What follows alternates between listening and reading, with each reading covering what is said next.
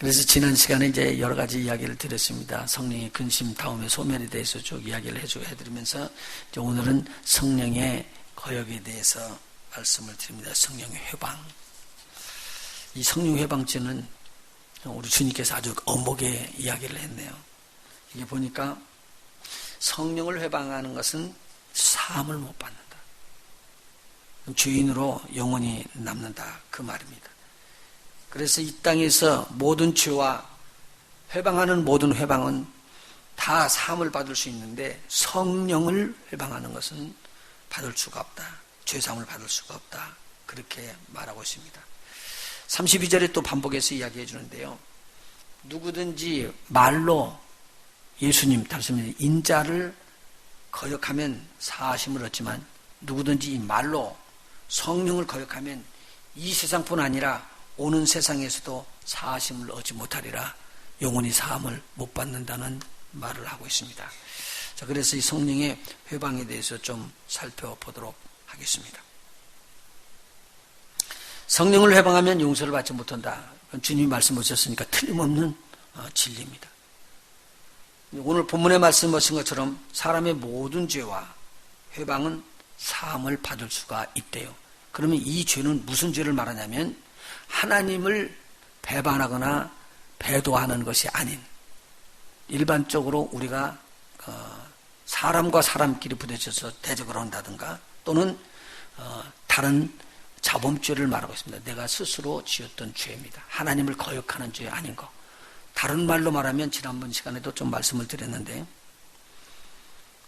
모든 죄는 사망에 이르지 아니하는 죄를 말하고 있고 지금 여기서 성령 회방죄는 무엇에 대해서 말하는 거냐면 사망에 이르는 죄를 지금 말하고 있습니다. 그러니까 하나님에게 관한 것, 하나님을 배반하는 것, 배신하는 것, 이런 배도하는 걸 말하고 있습니다. 굉장히 무섭게 이 죄는 취급한 것입니다. 이 땅에 있는 모든 죄와 회방은 우리의 죄값을 치르시기 위해서 예수께서 흘리신 보혈, 그걸로 깨끗하게 씻겨주신 것을 우리가 확실하게 믿음을 때 다 없어지는데요. 이 땅에서 처음에 이제 우리에게 하나님의 말씀을 법을 줄 때 처음에는 율법이 없었습니다. 그냥 하나님께서 지시하는 대로 듣기만 했었습니다. 그래서 아담에게 준 것은 이렇게 하라 명령을 따라서 순종하는 것밖에 없었거든요. 그런데 이 사람들이 하나님 뜻대로 가지 않고 육체가 하나님께서 기뻐하는 일을 하지 않는 거예요. 그래서 이 육체가 전부 다 하나님의 뜻을 따라가지 않냐고 육체를 따라가 버리게 됐습니다. 그래서 사람의 딸들을 취하면서 완전히 세상으로 흘러가 버리고 말았어요. 그러니까 하나님께서 진노를 때리게끔 됐습니다. 이때까지 법이 없었다고 말입니다. 그런데 이스라엘 백성이 하나님의 말씀을 받은 것이 시내산에서 말씀을 딱 받는데요. 이게 오순절날입니다. 오순절날 하나님의 시내산에서 하나님의 말씀을 받아요. 말씀을 받으면서 그 말씀에서 죄가 뭐라는 걸 알게 된 거예요. 지금까지 너희들이 지내왔던 것 중에서 하나님께서 싫어하고 하나님께서 옳지 않은 것보다 쫙 이렇게 알려주신 거예요. 그래서 거기서 받았던 그것을 통해 가지고 광야교회가 세워져요. 그리고는 하나님의 말씀대로 쭉 이렇게 훈련해 나가는데 이 훈련을 받으면서 그렇게 죄를 안 지어야 되는데 이게 분명히 죄가 이것이다라고 알려주는데도 불구하고 그 죄를 피해갈 수가 없어요. 다 걸려 넘어지는 거예요. 그러니까 옳은 것도 죄가 잘 지키면 좋은데 옳은 것이라고 해서 다 지킬 수 있는 것만은 아니더라는 거죠. 그래서 걸려서 넘어지는 거예요. 그러다 보니까 이 세상에 있는 사람이 죄를 안 짓는 사람이 없어요. 그래서 이스라엘 백성에게 하나님께서 기회를 준 거죠. 1년에 한 번씩 소를 잡든지 양을 잡든지 그렇게 해가지고 속죄 제물을 드려서 너희의 죄를 사함받으라. 그래서 저희들이 속죄제를 져가지고 1년에 한 번씩 대제사장이 백성 전체를 위해서 제물을 들고 들어가서 속죄를 합니다. 그렇게 되면 1년 동안은 죄가 없다고 하나님 앞에 인정을 받는 일들이 있으면서 계속적으로 이 일이 쉬지 않고 해마다 돌아갑니다. 그 말은 해마다 저들이 다 뭐를 졌다는 거예요? 죄를 졌다는 거예요. 율법을 지켜서 의롭게 된다는 말은 10가지면 10가지를 갖다 다 지켜야지 되는데 9가지를 지키고 하나를 못 지킨 거예요. 그러니까 예수님께서 부자 청년이 예수님 옆에 찾아와가지고 이렇게 이야기합니다. 내가 어떻게 하면 영생을 얻으리까? 영생을 얻는 것 때문에 왔구나. 그래서 이렇게 이야기합니다. 내가 율법을 다 지켰느냐? 계명을 다 지켰느냐? 묻습니다. 그러니까 나는 어려서부터 그걸 다 지켰습니다. 그래? 그래서 이제 묻습니다. 부모 공경하고 살인치 말고 간음치 않고 쭉 다 이야기합니다. 난 그건 다 지켰습니다. 이 예수님께서 여기서 머물지 않고 바로 뭐라고 또 이야기하죠? 그러면 네 재산을 팔아서 가난한 자에게 나눠주라. 지금 하나님의 법은요, 계명 여기에만 국한된 게 아니에요. 이걸 지키고 나면 또 하나님께서 다른 계명도 또 이야기를 하는 거예요. 예수님께서 이야기하는 거예요. 네가 그러면 다른 사람 그거 나눠줘라. 네가 지금 해가지고 네 있는 재산을 갖다 나누어서 다른 사람에게 줘라. 여기에 걸려버린 거예요. 그리고 저는 이 일을 지키지 못하고 간 거예요. 주님께서 말하셨던 계명입니다. 네가 이걸 지킬 수 있느냐? 오늘 우리가 분명히 이것이 옳은 일인 줄 알고도 행치 아니하면 죄라는 거예요. 죄이기 때문에 안 지어야지 되는데 그걸 저지르는 것도 죄지만 이게 옳은 일인데 옳은 일을 안 하는 것도 죄다는 거예요. 안 걸릴 사람이 없다는 겁니다. 그래서 죄로 말미암아 죽을 수밖에 없는 그런 입장에 완전히 들어간 거거든요. 그래서 예수님께서는 이 땅에 뭘 하기로 위해서 왔느냐면 그렇게 죄 지은 사람을 사해서 용서해 주기 위해서 이 땅에 오셨습니다. 그게 예수님께서 오시는 하나님의 계획이에요. 하나님의 뜻을 따라서 이 땅에 오신 것이죠. 예수님께서는 이 땅에 있는 사람이 어떠한 죄를 졌더라도 그걸 묻지 않고 그 죄를 갖다 사해주는 보혈을 흘림으로 말미암아 그들의 죄를 완전히 없이해 주고 말았습니다. 그 전까지는 율법을 지킴으로 구원함을 받으려고 그랬는데 율법을 지키다 보니까 잘못 지켜서 꽁 하나가 무너지면은 죄인으로 떨어져 버리네. 죄인으로 떨어져 버리면 다시는 살아날 길이 또 없어져 버리는 거 아니에요. 이렇게 반복되는 계속 죄에 발목을 잡혀 있었던 사람들이 이제 죄에서부터 해방할 수 있는 길은 어떠한 죄를 져도 예수님의 보혈로 완전히 사함을 받는다는 하나님의 놀라운 은혜입니다. 그래서 예수님께서는요, 예수님 앞에서 죄를 지었던 자들은 예수님이 죽으심으로 그 죄를 다 용서해버렸습니다. 이게 지금 복음입니다. 그러니까 이제는 율법을 지켜서 하나님 앞에 의롭게 돼서 하나님 나라 가는 게 아니라 이제는 예수 그리스도를 믿음으로 말미암아 죄의 사함을 받고 우리가 의롭다함을 얻어 하나님 나라 가게 되어 있다는 거예요. 이 하나님의 법칙을 보면요, 굉장히 하나님께서 우리를 사랑했기 때문에 그렇습니다. 그래서 이 내용을 바울 사도는 이렇게 이야기해요. 모든 사람이 죄를 범했으며 하나님의 영광에 이르지 못하더니 의인은 없나니 하나도 없다. 그런 자들에게 복음을 주면서 죄를 완전히 사해주는 예수님에 대해서 설명해주고 있습니다. 그래서 성령은요, 예수님께서 이 일을 다 이루시고 십자가에 달려서 이 세상에 있는 모든 사람들의 죄를 다 용서하시고 그리고 죽으셨다가 부활하심으로 말미암아 의로운 것을 증거하시고 하나님 나라 가서 아버지의 약속하신 성령을 보아서 보내주셨어요. 이것이 오순절 날입니다. 그러니까 오순절 날 시내산에서 말씀을 받아 광야교회가 시작된 것처럼 오순절 날 성령이 신약교회에 부어져 가지고요, 신약교회가 처음 탄생하는 날이 됩니다. 그래서 광야의 교회하고 그 다음에 예수 그리스도로 말미암아 탄생했던 이 교회가 이 땅에서 시작하게 되는 것이죠. 자, 그런데 성령께서 오셔서 뭘 지금 증거하는 걸까요? 너는 예수 그리스도로 말미암아 죄의 사함을 받은 교회다 라고 인쳐주는 것입니다.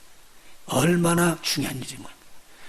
내가 노력해서 죄의 사함을 받은 게 아니라 주님께서 흘려주신 피 때문에 그 보혈로 인하여 내 죄가 사함을 받았다는 것을 누가 증거하냐면 성령이 증거하시는 것입니다.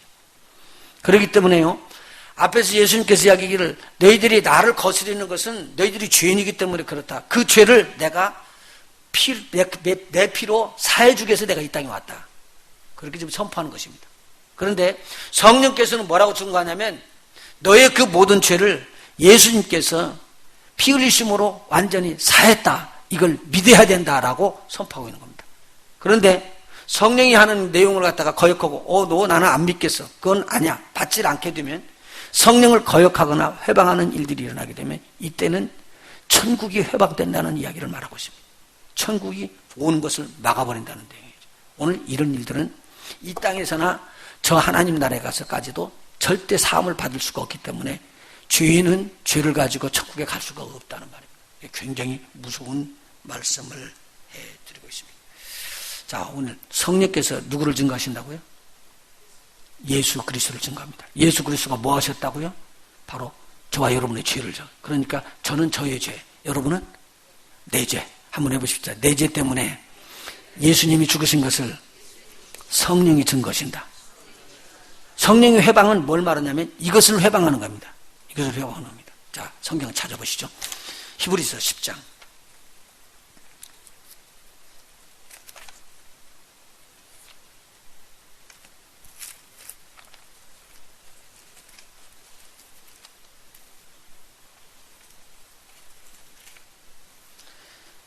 히브리서 10장 한번 보십시다.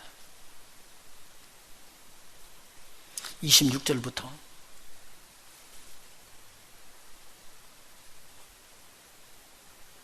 한 절씩 교독해서 31절까지 갑니다.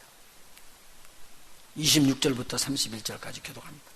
우리가 진리를 아는 지식을 받은 후 짐짓 죄를 범한 적 다시 속지 않은 제사가 없고 오직 무서운 마음으로 심판을 기다리는 것과 대적하는 자를 무슨 불만이 있다고요? 소멸할 맹렬한 불만이 있대요. 28절 모세의 법을 폐한 자도 두세 증인을 인하여 불쌍히 여김을 받지 못하고 죽었거든. 하물며 하나님의 아들을 밟고 자기를 거룩하게 한 언약의 피를 부정한 것으로 여기고 은혜의 성령을 욕되게 하는 자의 당연히 받을 형벌이 얼마나 더 중하겠느냐. 너희는 생각하라. 원수 갚는 것이 내게 있으니 내가 갚으리라 하시고 또다시 주께서 그의 백성을 심판하리라 말씀하신 것을 우리가 아노니 살아계신 하나님의 손에 빠져들어가는 것이 무서울진저라고 말하고 있습니다. 다른 것은 우리 주님께서 그냥 넘어가지만 내가 너를 사랑했기 때문에 내 아들 독생자 예수를 너를 위하여서 피 흘려 죽이게끔 십자가에 그렇게 내놓았다. 그러므로 내가 내 아들을 사랑하는 것과 같이 너를 사랑한다. 라는 사랑의 편지를 네 적은 거예요. 안 받겠다 그렇게 거부한 것을 말하고 있습니다. 그래서 29절을 보십시오. 하물며 하나님의 아들을 밟고 자기를 거룩하게 한 언약의 피를 부정하다고 그렇게 여기고 은혜의 성령을 욕되게 하는 자, 성령께서 이걸 증거하는데 안 받고 성령을 거역하는 겁니다. 회방하는 자는 당연히 받을 형벌이 얼마나 중하겠느냐. 회복이 안 된다는 말입니다. 그래서 앞에 26절에 보니까 진리를 아는 지식을 받은 후에 짐짓 알고도 죄를 짓는 거예요. 이게 죄다 하는 거야. 짐짓 죄를 범한 적 다시 속지 않은 제사가 없다. 이제 한 가지 남아있는 건 뭐냐면 무서운 마음으로 심판을 기다리는 것과 성령을 대적하고 하나님을 대적하는 자를 소멸케 하는 맹렬한 불만 있을 것이니라. 그리고 다른 것은 다 해도요, 성령을 절대 거역하지 마십시오. 성령은 예수님을 증거하시는 거거든요. 그 증거하시는 예수님을 절대로 순종하시고 따라가셔서 우리 하나님의 축복의 자리로 나아가시기를 예수 이름으로 축원합니다. 오늘 읽었던 본문의 말씀에서 성령 회방이라는 단어가 나오는데 그 내용이 오늘 이 내용하고 딱 들어맞습니다. 자, 그러면 마태복음 아까 복음 읽었었던 그 한 번 더 넘어가 봐요. 마태복음 12장 여기 나오는 말씀은 무슨 말씀을 지금 받아서 넘어가냐면 많은 주님의 사역이 병자를 치료하고 귀신을 쫓고 마른 손 마른 자를 손이 마르버린 자를 고쳐주고 이런 귀하고 복된 일을 하는데 이런 일을 할 때마다 꼭 반대하는 사람들이 나옵니다. 근데 오늘은 읽었던 그 본문의 말씀은 귀신 들려 눈 멀고 봉어리 된 자가 있는데 한 사람이 그들을 데리고 왔습니다. 예수님께서 저를 고쳐주셨더니 봉어리가 말하고 못 보는 자가 보게 되었습니다. 무리들이 놀래가지고 뭐라고 이야기하냐면요, 놀라가지고 이런 다윗의 아들 다윗의 자손이 아니야? 라고 이야기했습니다. 다윗의 자손이라는 말은 바로 무슨 뜻이냐면 이분이 바로 메시아 그리스도라고 구원주라는 뜻입니다. 그렇게 이야기를 하면은 이 메시아가 오셔서 구원주기 때문에 이 사람을 구원해줬고 이런 귀한 일들을 했는데 귀신이 들려서 그런 걸 귀신을 쫓아줬구나. 그렇게 해서 칭송을 하고 찬양을 해야지 되는데 무리들은 메시아다. 그리고는 막 우리 메시아가 왔으니까 이건 우리에게 구원주가 오셨구나. 그렇게 기뻐하는데 하나님의 말씀을 잘 알고 있었던 바리새인들이 들고 일어납니다. 뭐라고 일어나냐면요. 저건 귀신의 왕 바알세붑을 힘입지 않고는 저런 일이 일어날 수가 없다. 무슨 말이에요 이게요? 저는 귀신 들렸다 그 말이죠.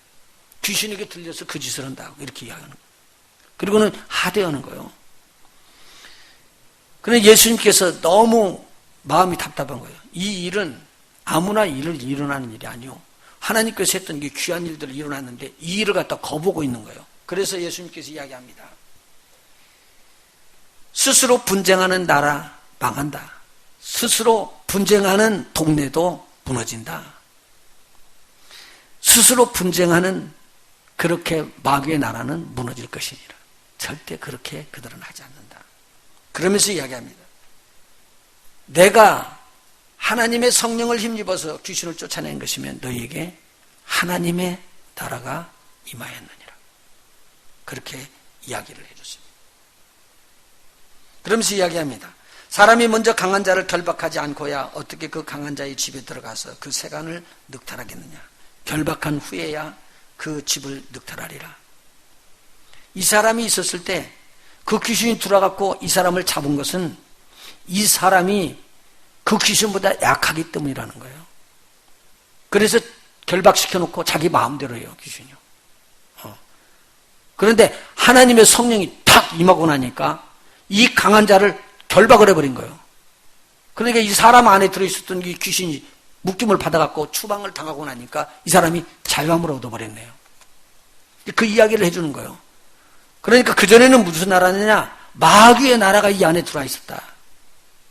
그런데 이 마귀의 나라가 하나님의 성령을 힘입어서 내가 그 귀신을 쫓음으로 말미암아 마귀의 나라는 빠져나가고 하나님의 나라가 임하였느니라 라고 지금 설명해 주는 겁니다.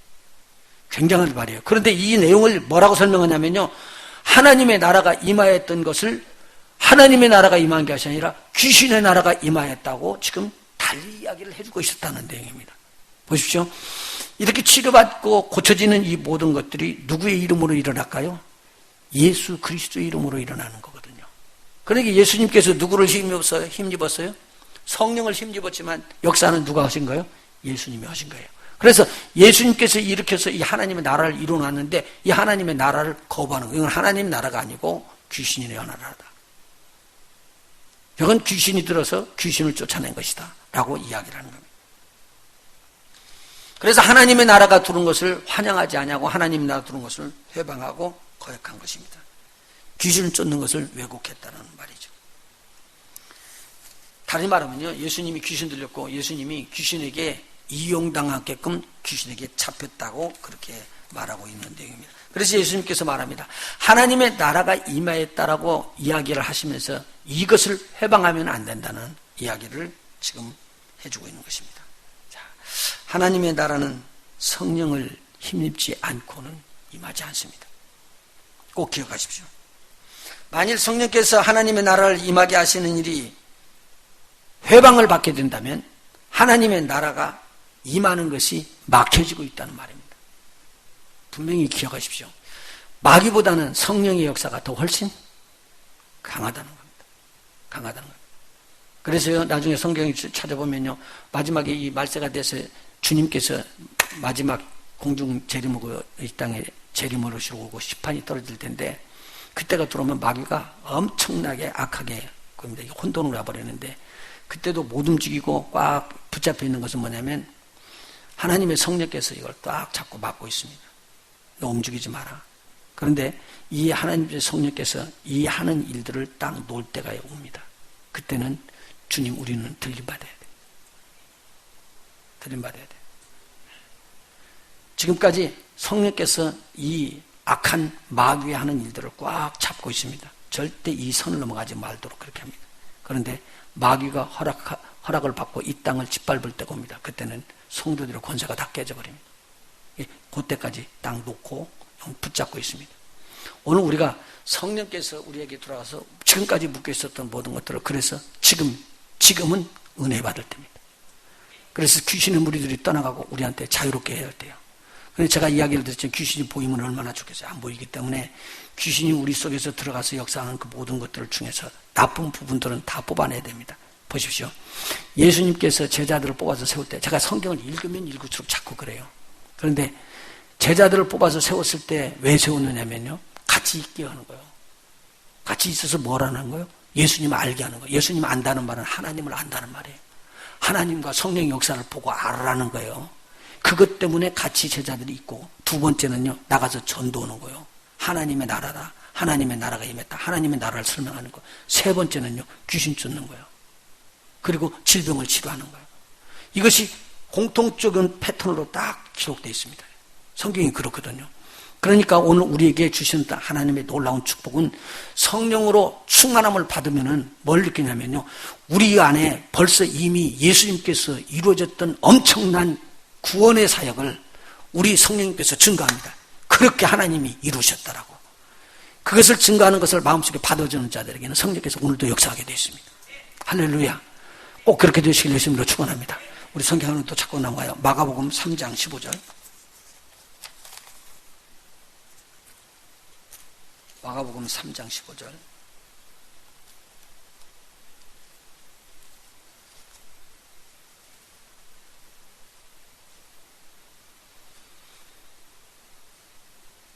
(14절부터) 읽어나가도록 합니다. 이에 12를 세우셨으니 이는 자기와 함께 있게 하시고, 이것이 첫 번째 하신 일입니다. 12를 세우고 제자들을 세워서요 같이 예수님과 동행하게 하셨습니다. 함께 있게 하시고, 두 번째 또 보내사 전도도 하며, 15절 귀신을 내어 쫓는 무엇도 있게 하려 하심이라. 권세도 있게 하려 하심이라. 이것이 제자들에게 주는 내용입니다. 자, 마태복음 9장을 한번 보실까요? 마태복음 9장입니다. 35절. 9장 35절.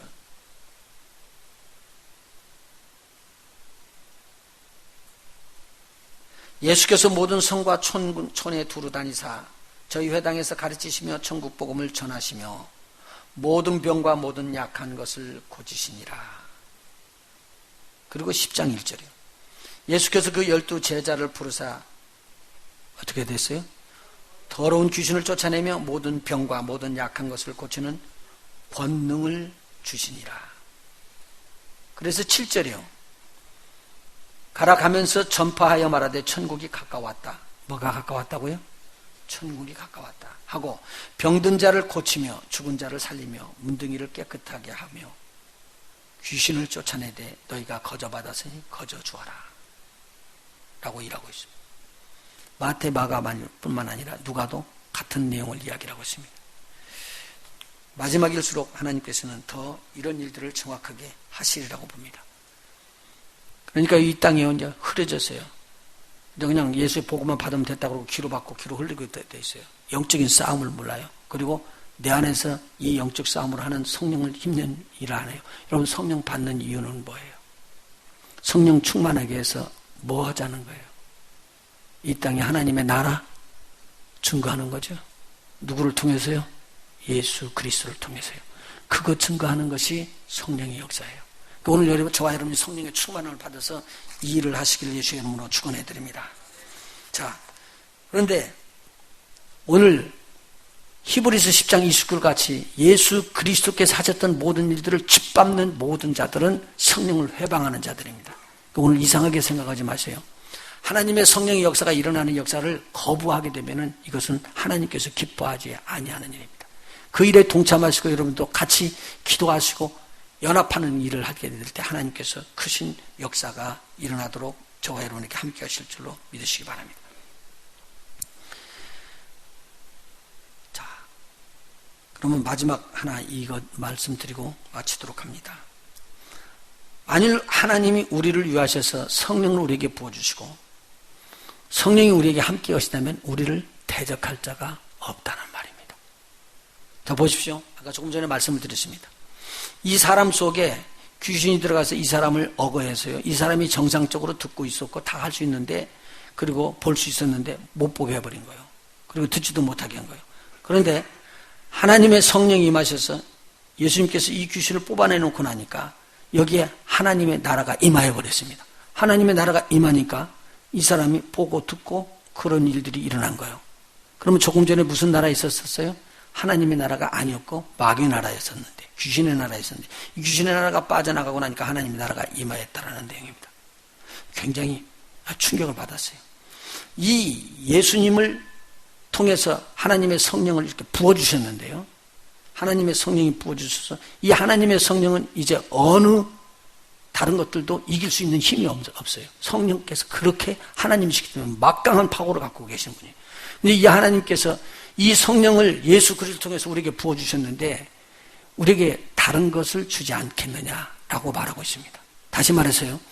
저와 여러분의 지금 부르짖고 기도하고 간구하는 내용이나 모든 내용을 우리 하나님께서 예수님도 주시고 성령을 우리에게 부어주셨는데 그렇게 유하셨던 그 하나님이 우리에게 다른 것을 선물로 너에게 더 주지 않겠느냐라고 지금 이야기하는 내용입니다. 오늘 우리 주님을 다 믿으심으로 말미암아 여러분의 모든 근심 걱정도 내려놓으시고 또 간구했던 모든 것들도 다 주님 앞에서 내려놓으시고 주님께서 허락하실 수 있도록 주님의 곁에 마음문을 열어봅시다. 성령께서 여러분에게 임재할 것입니다. 로마서 8장을 읽고 마치도록 합니다. 로마서 8장입니다.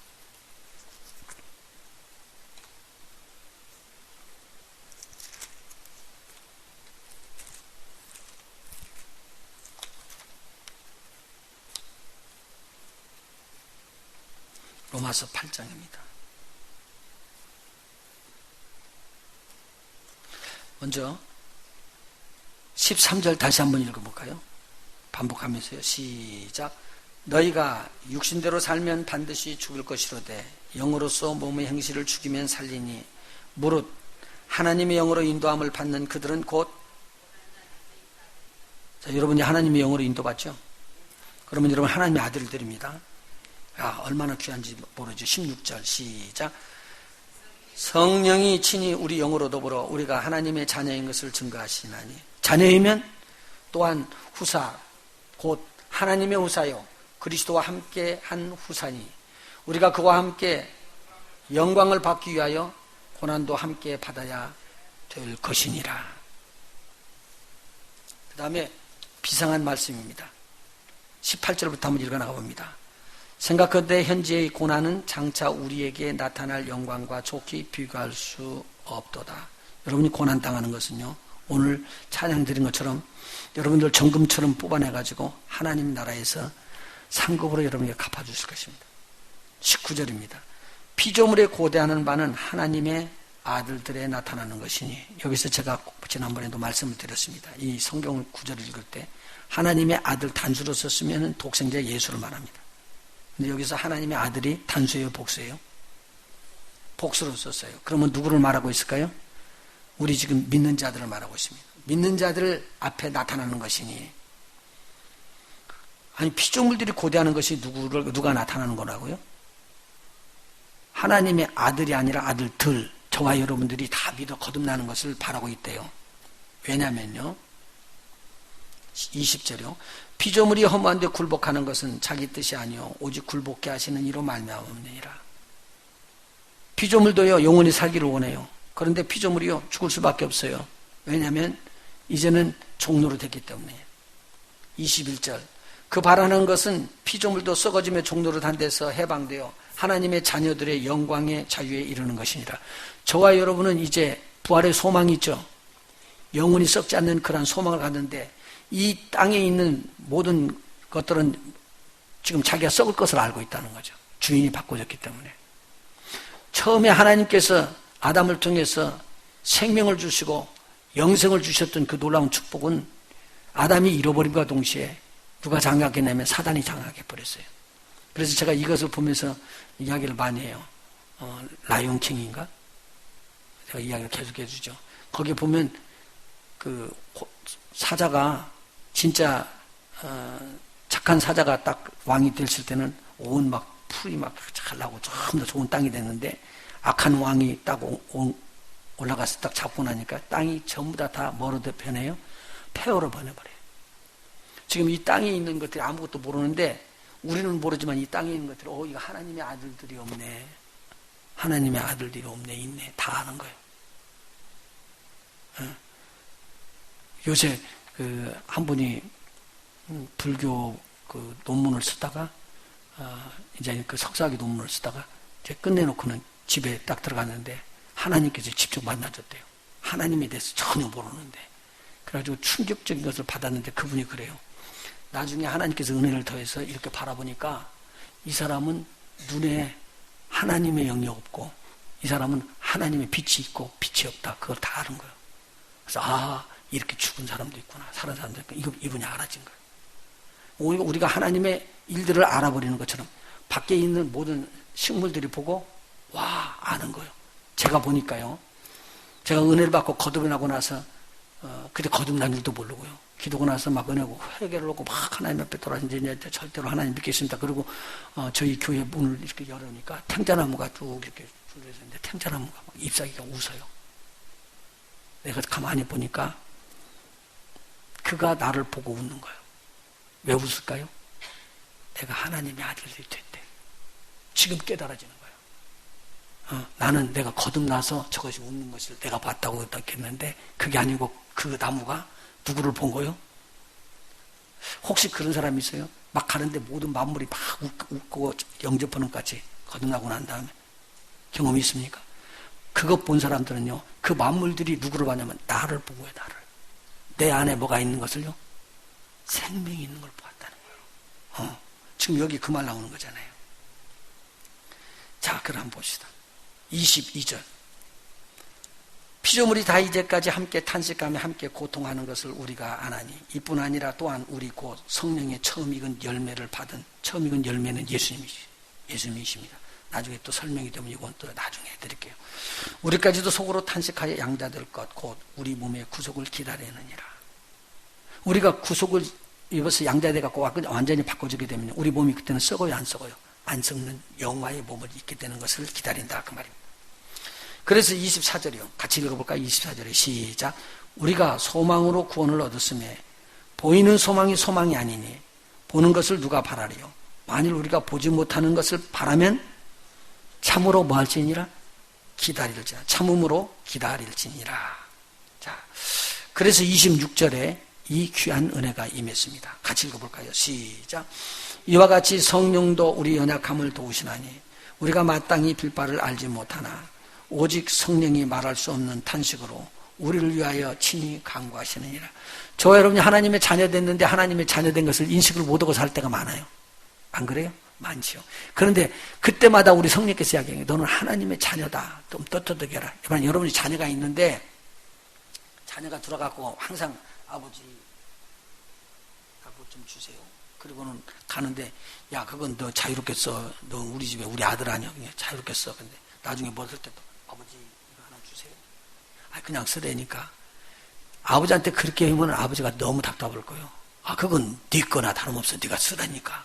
그런데 와갖고 또 이야기하면 아버지 치약 한 번 더 써도 돼요. 이건 죽이는 거잖아요. 이해가 안 되는 소리 했잖아. 아빠가 이해가 안 되는 거예요. 근데 지금 이 성령이 탄식하는 거 뭐냐면 내가 마땅히 주장할 것이 있는데도 불구하고 이 성령이 이 하는 걸 주장을 못 하는 거예요. 그러니까 얼마나 답답한지 모르잖아요. 그래서 성령께서 이건 주장을 해야 되는데 주장을 못 하는 그 대신 기도해 주는 거예요. 막 성령께서요. 그래서 뭐라고 말하냐? 내가 지금 이것은 네 것인데도 불구하고 내가 지금 분명히 구하고 가져야 될 텐데도 불구하고 못 오고 있다. 그럴 때 얼마나 안타까워서 우리를 위해서 기도해 주시느냐. 그러면서 27절 마음을 감찰하시는 이가 성령의 생각을 하시나니 이는 성령이 하나님의 뜻대로 성도를 위하여 간구하심이라. 그래서요 성령은 하나님의 뜻을 알고요 성도들이 무엇을 구해야 할 것도 알고 있습니다. 그래서요 이 땅에서 우리가 막 어려움과 고난 받을 때 우리 하나님께서 탁 뽑아줄 수 있는데 뽑아주지 않냐고 버텨 이겨라 그러고 기다리고 격려해주고 있습니다. 왜 그럴까요? 이 고비를 넘기고 이 환난을 넘기면 너에게 엄청난 하나님의 은혜와 축복이 온다. 여러분 손에 가지고 있었던 모든 것들이요 여러분 하나님께서 손을 떼주면 여러분들 것이 아닙니다. 다시 말씀드려요. 여러분의 소유 아닙니다. 남편, 아내 여러분 거 아닙니다. 자녀들 여러분 거 아닙니다. 여러분의 재물, 여러분이 가지고 있던 명예, 여러분의 힘, 여러분의 권세 아무것도 여러분 거 아닙니다. 우리 주님께서 손을 떼주시면 여러분 게 아닙니다. 그런데 주님이 여러분에게 붙여주셨을 때 그게 은혜입니다. 혹시 잘 되지는 일이 있더라도 그것 때문에 야 내가 이만큼 됐다 절대 생각하지 마십시오. 그렇게 생각할 수밖에 없습니다. 우리는요. 조금만 잘 돼도 내가 한 것이고 내가 잘 됐다고. 그런데요. 주님이 손을 딱 대면 여러분은요. 거품입니다. 하나님께서 지혜를 주시고 하나님께서 모든 걸 다 주셨던 거 공급해 주셔서 있는 것이지 그렇지 않을 때는 무너져 버리고 만다는 말입니다. 그래서요. 여러분에게 지금 다 주신 모든 것들이 다 하나님께서 맡겨놓은 겁니다. 그리고 하나님의 영광을 위해서 쓰라고 그렇게 주신 것입니다. 그것을 하나님의 것이라고 알고 하나님의 것이기 때문에 그걸 사용한다고 그러고 쓰시면 여러분 복이 있을 것입니다. 그래서 여기서 지금 말씀하십니다. 그래서 어려움과 고난 속에서도 우리 하나님께서는 그 고난을 피하지게 안 해줍니다. 딱 대줍니다. 그리고 이기네 넘어가네 그러면요 하나님께서 넘어갔으니까 좀 쉬라고 그러면 좋잖아요. 근데 그때 또 하나 어려움이 들어닥칠 수 있도록 딱 길을 열어줍니다. 그래서 오히려 숨을 막히게 해주고요. 이러면 나는 하나님 나 죽어요. 나 아시죠? 이제 하나만 이제 안 도와주면 난 죽어요. 이렇게 막 만들어 놓습니다. 그러면서 또 하나를 넘기게 합니다. 그리고 우리 성격을 잘 알기 때문에 좀 숨통이 튀어주면 또 뛰어날 것 같으면 또 꼭 눌러가지고 다른 거 하나 또 붙여줍니다. 그래가지고 4개, 5개, 6개 어려움을 들어닥쳐가지고요. 이제는 나는 안 되겠네. 거기까지 갑니다. 왜요? 우리를 단련하신 다음에 더 귀하게 쓰기 위해서. 그래서 오늘 무슨 말씀이 나냐? 28절과 같은 말이 나온 거예요. 자, 읽어봅시다. 시작. 우리가 알거니와 하나님을 사랑하는 자 곧 그 뜻대로 부르심을 입은 자들에게는 하나님을 사랑하는 자들입니다. 모든 것이 어떻게 해요? 합력하여 선을 이루시니라. 아무리 잘못되어도 여러분에게 좋은 것으로 이루어질 것입니다. 한번 옆에 분들에게 우리는 잘 되어질 것입니다 라고 격려해 주십시오. 우리는 잘 될 것입니다. 격려해 주세요. 왜 그러냐면요. 우리가 안 될 것이라고 생각하기 때문에 힘들어지는 거예요. 저도 역시 마찬가지고. 힘들어지면 또 힘들어진다고. 이거 힘들어져서 쓰러지는데 자꾸 더 막 다른 것들이 더 들어와. 그래가지고 쓰러지게 만들어서 완전히 쓰러지게 만들 때까지 그렇게 끌어갑니다. 그런데 우리 하나님은 그 중에서도 다시 또 이렇게 세워줄 때가 있을 때까지 오래 참고 기다리면서 우리를 뭐 하고 있는 거예요? 단련하고 계십니다. 훈련 받을 동안에는 좋은 일이 없습니다. 근데 우리 하나님께서 그 훈련을 통해서 좋은 열매가 맺어질 때 저와 여러분에게는 하나님의 평강과 기쁨이 넘칠 줄로 믿습니다. 자, 그 다음에 한번 읽어볼까요? 29절. 시작. 하나님이 미리 아신 자들로 또한 그 아들의 형상을 본받게 하기 위하여 미리 정하셨으니 이는 그로 많은 형제 중에서 맏아들이 되게 하려 하심이라. 또 미리 정하신 그들을 또한 부르시고 부르신 그들을 또한 의롭다 하시고 의롭다 하신 그들을 또한 영화롭게 하셨느니라. 여러분 여기 한번 보시죠. 예수님께서 이런 형태로 부활을 하신 그 상태를요 그대로 놓고 우리를요 그렇게 부르는 거예요. 택하시고 우리를 예수님의 부활한 그 형태까지로 우리를 만들어 나가는 거예요. 우리 하나님이 얼마나 욕심이 많냐면요 하나님의 아들과 똑같은 자를 우리를 끌어올리기를 원해요. 이거 말도 안 되는 소리잖아요. 어떻게 하나님이 신이시고 우리는 피조물인데 그 수준까지 올리냐. 그게 하나님의 욕심이라니까요. 그래서 그를 끌어올리는 거예요. 자, 그러면서요 31절 보시죠. 그런즉 이 일에 대하여 우리가 무슨 말을 하리요? 만일 하나님이 우리를 위하시면 누가 우리를 대적하리요? 우리를 대적할 자가 있습니까 없습니까? 없대요. 말은 누구도 없다는 거예요. 마귀도 없고요. 이 세상에 있는 모든 환경도 없고요. 모든 것들이 대적할 수 있는 것은 하나도 없다는 말을 선포했습니다. 31절 한 번 더 크게 읽습니다. 같이 시작. 그런즉 이 일에 대하여 우리가 무슨 말을 하리요? 만일 하나님이 우리를 위하시면 누가 우리를 대적하리요? 자기 아들을 아끼지 아니하시고 우리 모든 사람을 위하여 내어주시니까 어찌 그 아들과 함께 모든 것을 우리에게 은사로 주지 아니하시겠느냐.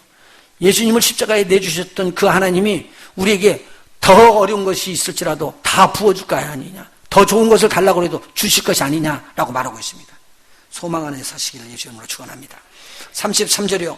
누가 능히 하나님의 택하신 자들을 송사할 것이냐. 어렵다 하신 이는 하나님이시니 누가 정죄하려. 죽으실 뿐만 아니라 다시 살아나신 이는 그리스도 예수시니 그는 하나님의 우편에 계신 자요 우리를 위하여 지금도 간구하시는 자이시니라. 37절 넘어갑니다. 한번 읽어봅시다. 시작. 그러나 이 모든 일에 우리를 사랑하시는 이로 말미암아 우리가 넉넉히 이기느니라. 내가 확신하노니나 사망이나 생명이나 천사들이나 권세자들이나 현재일이나 장래일이나 능력이나 높음이나 깊음이나 다른 아무 피조물이라도 우리를 우리 주 그리스도 예수 안에 있는 하나님의 사랑에서 끊을 수 없으리라. 여러분은요, 주 예수 그리스도 안에서 완전 보호를 받았습니다. 성령께서 여러분들을 이걸 증거하기 왔습니다. 너는 예수 그리스도로 말미암아 절대 하나님의 자녀, 하나님의 보장받은 사람이다. 절대 실망하지 마라. 이제는 너희들이 하는 모든 일들이 합력하여 선을 이룰 것이고 안 되는 모든 것들이 회복되어 되게끔 하기 위해서 내가 너희들에게 예수 그리스도를 증거하러 왔노라. 그러고 뭐 이야기합니다. 그 예수 그리스도가 어디에 있어요? 네 안에 있다. 그렇게 이야기합니다. 그래서 성령은 우리 밖에 역사하는 게 아니라 우리 안에서 역사합니다. 오늘 이 성령으로 충만하시길 예수님으로 축원해드립니다. 성령 절대로 거부하지 마십시오. 성령은요, 여러분을 절대 파멸시키러 온 것이 아닙니다. 성령은 예수 그리스도를 통해서 여러분을 풍성하게 축복하시기 위해서 오셨고, 예수 그리스도 통해서 아버지의 모든 후사를 다 얻을 수 있게끔 주신 것입니다. 그 하나님은 성령에게 간구하십시오. 하나님 지혜를 주실 것입니다. 하나님께서 좋은 은사도 여러분에게 허락하실 것입니다. 하나님께서 많은 것으로 채우시는 귀한 밤 되시기를 예수 이름으로 축원합니다. 기도하십니다.